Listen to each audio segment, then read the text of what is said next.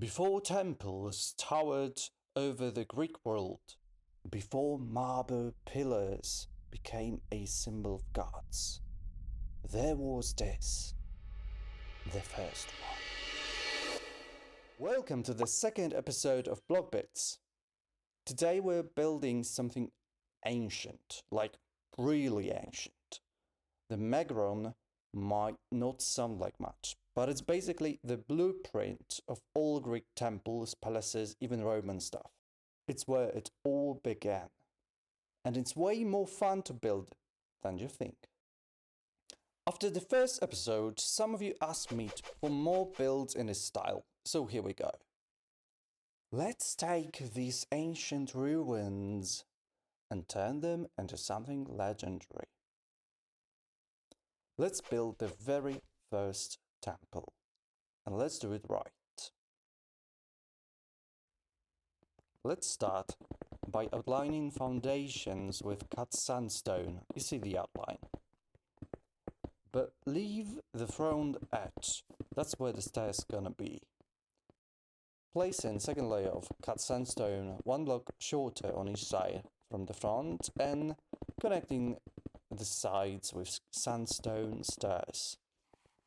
Filling in some blocks as foundations. Again, I'm using smooth stone, but you can use any building block like dirt or leave it empty if you're lazy. But it might be much easier to place the floor next when it's not empty. Have that in mind. Place second row of sandstone stairs, and then let's make an outline for where the walls are gonna be. Finally, fill in the floor with any sandstone variant that suits you. The top texture is the same. This layout is the very core of literally any Greek temple build.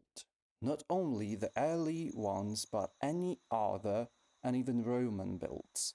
Not only temples, but also any more lavish houses or palaces followed this pattern. You see? First, you have the kind of porch where the columns are gonna be. Then, the entrance and the first room, that's called the pronaos. The main room, then, is called naos, where you have all the holy, sacred stuff going on. This very layout is the most important core to understand to get to know ancient Greek builds the right way. As a threshold, I'm filling 3 blocks of chiseled stuff. That top texture is amazing for any floor patterns. Now, in the very middle of the naos room, I'm placing a block for reference and 4 red blocks around for you to see where the inner columns are gonna be. Again with chisel stuff, let's make a circle connecting the columns, and then you can fill it in with any building blocks. The next step is filling the floor. I'm using polished granite, going diagonally so it creates this checkerboard pattern.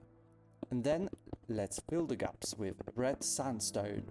And again, every variant works great as they all have the same top texture. Now, as it comes to building walls, first let's build up some 7 block high pillars of cut sandstone in the corners of the build, and where the inner walls are connected to side walls. Now connect the top blocks, creating this walls outline structure, but leave out the front one. That's where the fancy looking stuff is gonna be later on. Having done the outlines, let's just fill in basic sandstone as walls all around. You can go for a cleaner look by using smooth variant, but I found this one more like in the style of this very ancient build. Having done that, let's outline the entrances with cut sandstone, but connect the top part on block lower to the sides, and again fill in the walls with the normal sandstone. This part is optional, but you can definitely texture the walls up a bit by adding these patterns of cut sandstone. Create a more interesting wall pattern breaking up this monotonous blank wall texture, but still keeping the look very clean. Now the fun part. Let's mark the spots for columns with note blocks. They make an interesting pattern and fit perfectly as column base. Then let's build up the columns by stacking 5 blocks of stripped mangrove logs on every note block you have placed earlier. Then finish it up with polished black stone blocks as capitals for the columns to make a little contrast with other creamy sandstone blocks. Let's decorate the columns a bit by outlining the note blocks with mangrove signs, then do the same with the blackstone capitals. And did I miss some signs out? Yeah, don't worry, I'm gonna fix that later. But you don't have to mess things up so much as I did. I'm sometimes just bad at placing blocks. Never mind. Let's finish the decorating with spruce fences connecting the columns 1 block lower than the blackstones. You can even add some lines of mangrove signs just above the entrances on each side of the inner walls. Perfect if you had accidentally crafted enormous amounts of them and I have no idea what you'd do with them. As for the central columns, let's connect them with mangrove fences, closing the super sacred space and the super sacred nails room. I'm lighting the area up with some torches. I strongly recommend to do so. I guess you don't want any creeper blowing up your most sacred and most ancient build of your world. Then, let's add some spruce fences as shown, sticking to the side of the top blocks of the inner walls, making a sort of construction support for the roof. Hopefully, it won't collapse then, but only if you put up the construction beams from the stripped spruce logs correctly. Here's how you do it, like a pro ancient builder or something. Only then connect them just like that. The ones aligning with the longest side of the build. No excuses. Trust me, I'm an architect. Okay, I'm not. Never mind. And here, I'm filling the gaps where the walls go. And now, let's see me placing some more note blocks in this pattern. Don't forget to shift when placing them, otherwise you'll make the tone not right. You thought this doesn't matter. Don't forget it's an ancient fancy historic temple build. Everything matters. Now, it's getting a little tricky with terracotta.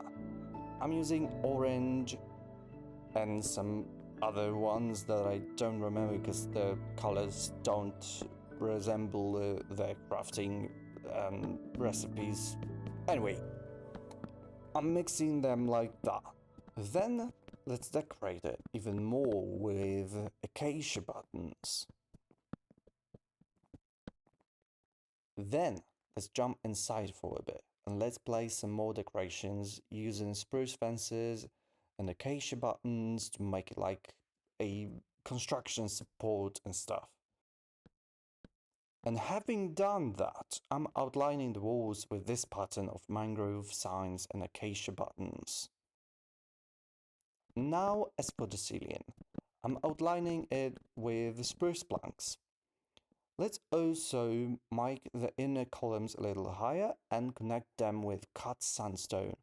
That's where the upper part that goes above the roof is gonna be. In the gaps, I'm putting some more note blocks, as if they're part of the construction, and for the square gaps, I'm using more glazed terracotta. Now, adding a little bar of mangrove signs and then moving on to completing the ceiling. First, I'm placing the cut sandstone strip where the inner wall is. Then, outlining the remaining gaps with spruce planks. can fill the rest with the planks and outline everything with cut sandstone just like that. To finish the ceiling, again, terracotta. Another terracotta and red normal terracotta. To make the roof stand out a bit, I'm placing some like overhanging cut sandstone blocks on the sides and above the columns, also on the ends of the sides. Then at the front, I'm filling the gaps with smooth sandstone slabs. In the corners, smooth sandstone stairs and mangrove stairs in the middle of each space between columns. On the sides, I'm placing them like that. Now, yeah, you guessed it.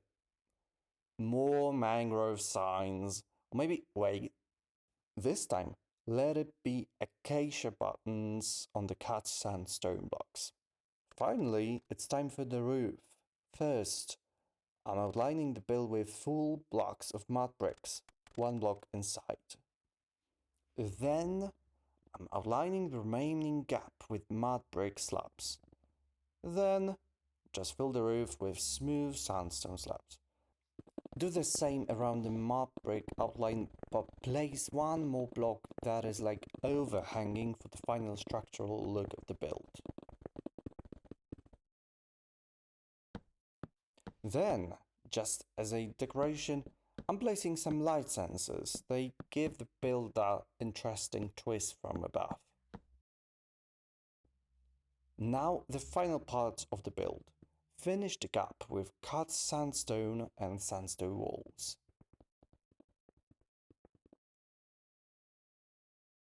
Then outline it with strip spruce logs and connect in the middle so it makes this cross-like structure. Fill it with white glazed terracotta and outline the whole part with smooth sandstone stairs placed upside down. Then, similarly to the whole roof, outline it with mud brick slabs and fill in mud brick slabs inside. Outside, instead of using smooth variant, I'm using it with normal cut sandstone slabs. If you don't want to have any unrealistic lights on the roof, I'm spawn proofing any full blocks with spruce pressure plates. They fit in very well, not ruining the whole vibe of the build. Place in some more mangrove fences in the gaps where the vents are. Voila! That's it for the build itself. Should you prefer more weathers and old-looking vibe for the build, replace some ideally fitting blocks of the walls of your build. This step is totally optional, but might give the final look a little more immersive feel. You can even replace some full blocks with stairs and walls, as if there are some gaps or like loose bricks in your build. It's totally up to you. For the last part, we need to go inside of the build. Let's place some banners and even more mangrove signs here. Then it was a little tricky with the main painting, but after a couple of tries, this one fits the place nicely. Then the most important piece of the build, a fireplace. Some decorated pots around and some more on the sides, some chests here, barrels, all up to you to make it like an immersive and neat place. Then, obviously, an altar made of polished granite stairs. A sacred skull, a flower pot, these small details make a huge difference when it comes to decorating interiors. A cauldron and some torches on lighting rods, these kind of stuff. Cherry buttons are next, and then let's finish the pronaos part. Some more decorated pots, paintings. Just don't make it feel empty and left out. You can even place some more useful blocks like brewing stands, for example. Maybe you can even build a water farm below so you can make the temple your fancy, mysterious potion brewery. Oh, don't forget some flowers to make it pop. As in the previous video, I'm using golden pressure plates on the decorated pots. I just love how they blend into the pot, making it even more decorative. Some last details on the porch part, and here we are. Temple's done. Did you miss some more cinematic flybys? So here they come. And there it is, the original Greek temple. The one that started it all. If you ever plan to build a proper acropolis, a palace, a theatre, this is your cornerstone. The Megaron is more than just room, it's a story. And we have just told it. If you enjoyed it, drop a like or leave a comment. I read them all. More Greek stuff is coming. Bigger, bolder, better, and maybe some other styles? This was blockBits. See you in the next episode.